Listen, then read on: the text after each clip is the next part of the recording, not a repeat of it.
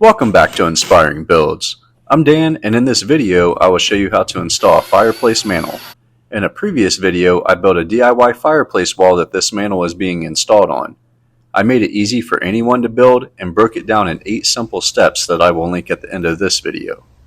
I selected Pearl Mantel for their high quality mantels along with their quick and easy installation. The shipping was excellent that arrived stretch wrapped, banded, and braced on a pallet, and the inner packaging was equally as solid.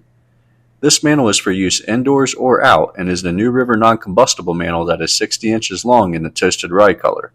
I will provide a link in the description with several mantel options from Pearl for you to choose from. Carefully rotate the mantel so the back side is facing up and take 2 measurements. The first measurement is from the bottom of the mantel to the mounting surface that rests on the metal mounting bracket. The second measurement is the concrete thickness from the bracket mounting surface to the top of the mantel. I measured 8 inches up from the fireplace as that was the required clearance between the fireplace and mantel and labeled this line as minimum. From the minimum mark, add the distance from the first measurement, which was 5 inches, and label this line as bracket. From the bracket mark, add the distance from the second measurement and label this line as mantel. Place a level on the line marked bracket and draw a 2 to 3 foot line parallel with the top of the level. With this being stone, I used a laser level and aligned the top of the painter's tape with the bracket line. Find the center of the fireplace and make a vertical line above the bracket and mantel. Label this C for center. The mounting bracket is a 3 inch by 2 inch angle.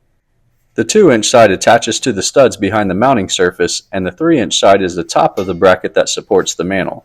Flip the bracket around to observe the correct mounting position. I tested that the bracket fit inside the mantel and then measured the bracket to find the center. Mark a center line on the 3 inch side of the bracket. Locate the studs. With already locating the studs for the TV bracket, I aligned the laser with the mounting bolts on the TV bracket and made a vertical line mark. With this being a full motion TV mount, it made the job very easy. Transfer the stud location marks to the mounting bracket, and with this being a 60-inch mantel, mounting in a minimum of 3 studs is required.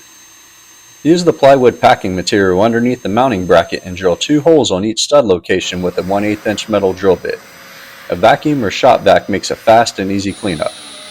Use one of the provided silver panhead wood screws to temporarily hold the mounting bracket to the wall.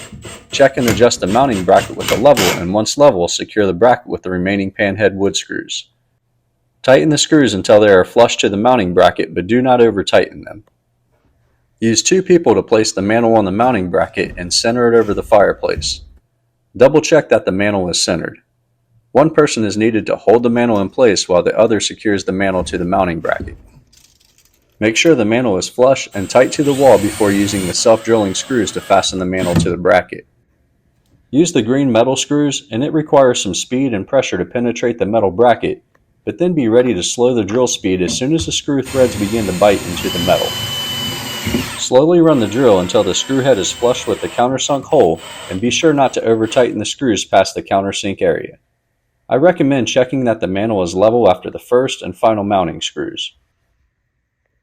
The touch-up kit comes with putty, paint, and a paintbrush. Use the putty to fill the countersink area from the screws. I just used a small Allen key Phillips combo tool I had laying around from the fireplace hardware. Use small amounts and avoid spreading the putty beyond the countersink areas. Use a damp rag to remove any extra putty on the mantel surface. Allow the putty to firm up a little before applying paint. Use the paintbrush and touch-up paint to cover the putty. Use light coats of paint to build up the color to match the factory coloring. A damp cloth can be used to blend the color and remove any excess paint. I wanted to thank you if you made it this far in the video, as well as thank Pearl for the collab and providing this mantel. Overall, I was very impressed with the quality. This is a heavy-duty mantel and looks realistic with the look I was going for, and matches the furniture in this room perfectly.